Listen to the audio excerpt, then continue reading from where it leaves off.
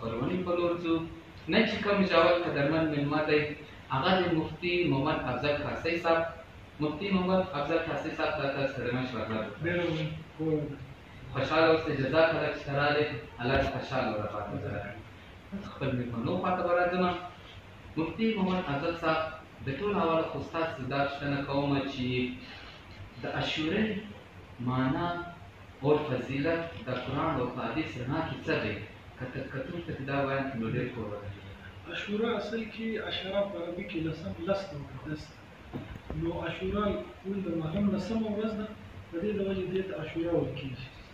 او په دا لسمه ورځ باندې د دې ډېر فضایل دي. یو فضیلت یې دا دی چې حضور صلی الله علیه وسلم په دا ورځ خپله روژه ایښوله او امت ته هم دا تلقین وکړي چې په دا ورځ باندې روژه شش ورځې. او بیا دا وویل که بل کال زه ولم ژوند الله راکړی زه به یو روژه بله هم ورسره نیسم. نه مغه یاده یولسمه. او د دې روژې فضیلت دا دی چې څوک یې ونیسي د یو کال گذشته ګناه الله پاک چې کوم دا یو کال تېر شوی دی الله پاک یې ټوله ګناه ورمعافوي په دا لسمه ورځ. بل په حدیث کې راځي په دا لسمه ورځ عاشوره چې ورته وایي په دې ورځ باندې کوم چې ستا ایل او عیال دی د ده په خرچه کې ته اضافه وکړي یا چې کوم ستا متحقه خلک دي د هغه په خرچه او په تنخواه او په هغه کې اضافه وکړي نو الله پاک په ټوله کال په رزق کې برکات ورته اخلي. او په دا لسمه ورځ باندې دا کوي. نو په دې باندې څنګه چې تا وویل ډېر واقعات شوي دي. حضرت ابراهیم علیه السلام د پیدایش ورځ ده. حضرت آدم علیه السلام توبه په دا ورځ قبوله شوې ده. حضرت یونس علیه السلام په دا ورځ د مایع د نسه دی راوتلی دی الله پاک رایستلی دی. حضرت یونس علیه السلام د قوم توبه هم په دا ورځ قبوله شوې ده. حضرت عیسی علیه السلام اسمانو ته الله پاک خېژولی دی. او دغه په دغه لسمه ورځ موسی علیه السلام قوم الله پاک د کلزم سپار کړي او فرعون په دغه لسمه ورځ باندې غرق کړي. یعنې دومره واقع چې دی دا لسم محرم نور هم یعنې ډېر شوي دي چې قیامت هم په دغه لسمه په دغه ورځ به راځي. یو جان مننه خپرونه ده. یعنې موږ دغه غواړو چې کتونکو ته ډېر زر معلومات او ښه معلومات ور ورسوو. نو ستاسو دا پوښتنه کومه چې مهر عاشورې پوښتنه خو ما وکړه چې دا لسمه ورځ ده څومره چې دا ورځ ډېر اهمیت لري. اوس به راته د مهر په هکله به پوښتنه درته وکړم چې دا مهر میاشت ته د قرآن او حدیث په رڼا کې څه اهمیت او فضیلت لري؟ دا میاشت ډېر فضیلت والا ده. مفتي صاحب وویل څلور میاشتې هغه د اسلام له مخه هم دا محرم وي محترم وي. د حدیث یو میاشت ده محرم ده. بل دې ته د الله میاشت هم ویل کېږي. حضور صلی الله علیه وسلم د الله میاشت ته وایي. حدیث کې راځي چې دا د الله میاشت ده. او په دا میاشت کې څنګه چې حفیظ صاحب وویل ډېر خلکو د ځان ډېر شیان لرې کړي خاص کر موږ د پښتنو روزه خو نیول بالکل صحیح ده. په عاشورې باندې لسمه باندې روزه نیول دا ښه کار دی. د رمضان د روزو بعد چې کوم د روزې فضیلت زیات دی هغه د لسمه محرم د عاشورې د روزې ده. دا اول په مسلمانانو باندې فرض ده چې د رمضان نه وراله چې رمضان راغی بیا د رمضان میاشت چې راغله بیا هغه فرضیت ختم شو دا مستحب شو یو سنت. لیکن په دا خلکو یو غلطفهمي دا ده چې وایي خامخا به دوی نیسي که نه یا به نه نیسي. دا د ښځو په کتابو کې بیا راځي چې وایي دا یوه روژه چې ونیول دا به ټپرېږي و جوړه یې نشته.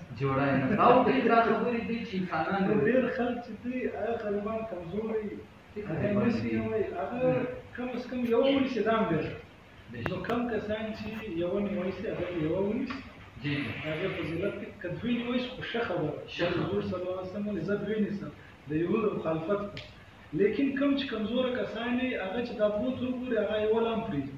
لیکن کم از کم دا د لسمه ورځې ونیسي ډېر به دی شي د نهمې ونیسي هلته تږي سي یا وږي سي او یا دا خو ډېره ګرانه ده د لسمه والا کسه پرېږدي هغه مین روزه نو باید چې د لسمې روزه ونیول سي دا د یوه روزه ټپرېدن چې دا ګرځي جوړه یې نشته دا باید خبرې دا باید سړی په دا ورځ باندې روزه ونیسي او خپل په یو عیال باندې خصوصات وکړي.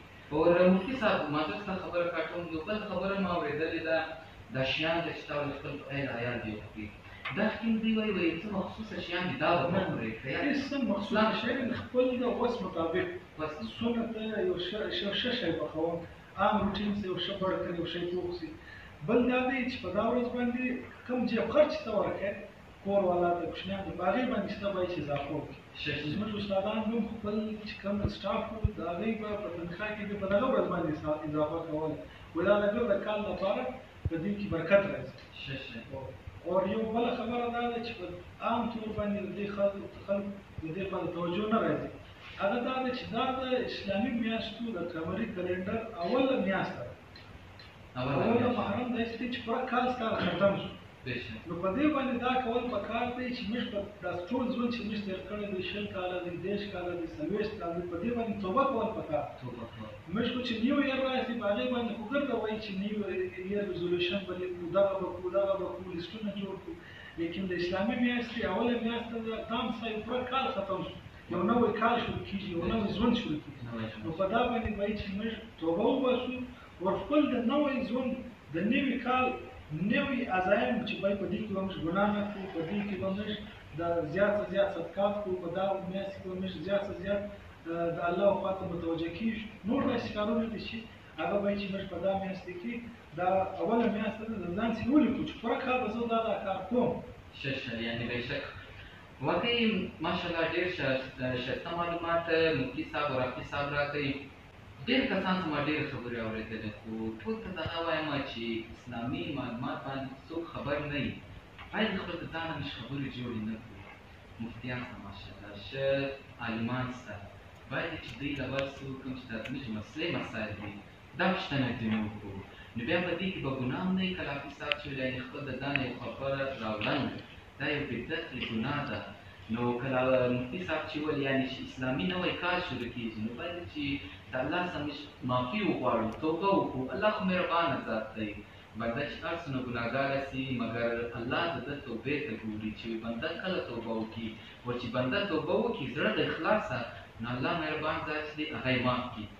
حافظ صاحب تا پته راځو حضرت محمد صلی الله علیه وسلم آخري نبي، د ده بعد بل نبي نه راځي، ډېر قرباني مسلمانان د اسلام لپاره.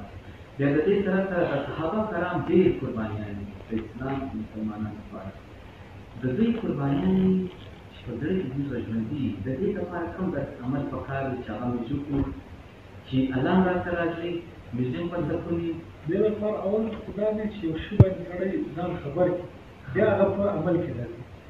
یو شي باندې سړی خبر نه وي نو هغه په عمل کې نه راځي. نو اول به تر ټولو اول د نبي کریم صلی الله علیه وسلم سیرت به موږ وایو، په کتابو کې به وایو، د علما سبق شي سبق به ورته وایو چې حضور صلی الله علیه وسلم ژوند څنګه تېر کړی. بیا به د صحابهو ژوند وایو چې ژوند مې ووایي، په علم کې راغلی بیا به عمل کې راځي.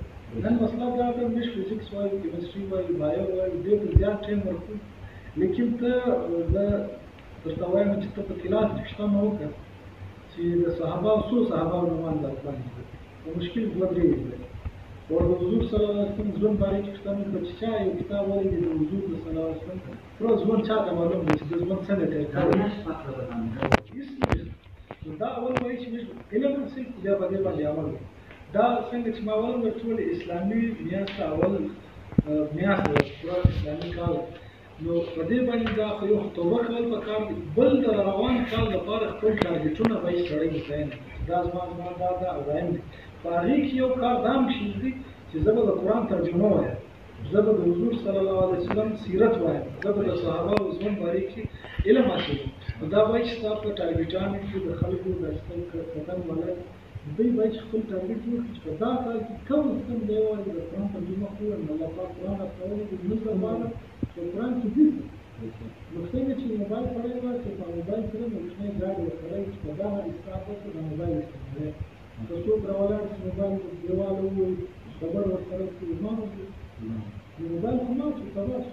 نو الله پاک انسان ته ژوند ورکړی دی، نو د ده لپاره یو کتاب ورکولی چې دا انسان به ژوند څنګه تېرېږي، په دا کتاب قرآن دی د دې په مطابق. او سړی وایي یا زه دا قرآن تېرېدم زه خپل په مرګي ژوند تېروم، نو د ده ژوند نو د قرآن او د سیرت د دې مطابق او دا په ژوند کې راوړي. دا چې ژوند کې راغلي بیا سړی مطابق کړي د حضور صلی الله علیه وسلم د سیرت او د صحابه د محبت خپل اتموسفیر زیاتېږي د حضور صلی الله علیه وسلم. اوس بیا په خبرېږي په علم کې راځي چې حضور څه قربانۍ ورکوي چې د حضور محبت بس الله دې شکر کوشش وکړي چې موږ په دا خبرو عمل وکړو. کله مفتي صاحب تا چې حافظ صاحب تا چې ویلې چې زموږ عمل دی چې دا حالات به موږ دا بېسکوني بېچیني ده. ستا دواړه یو جان مننه. تعالی خپرونه مې راته زده کړله. نه جزاک الله. دا معلومات هغه زموږ دغه کوشش چې کتونکو دا اسلامي معلومات ور ورسو چې دوی په خبر شو، موږ هم په خبر شو. الله مو خوشحاله وراباندې کور وګړي خوشحاله اوسئ.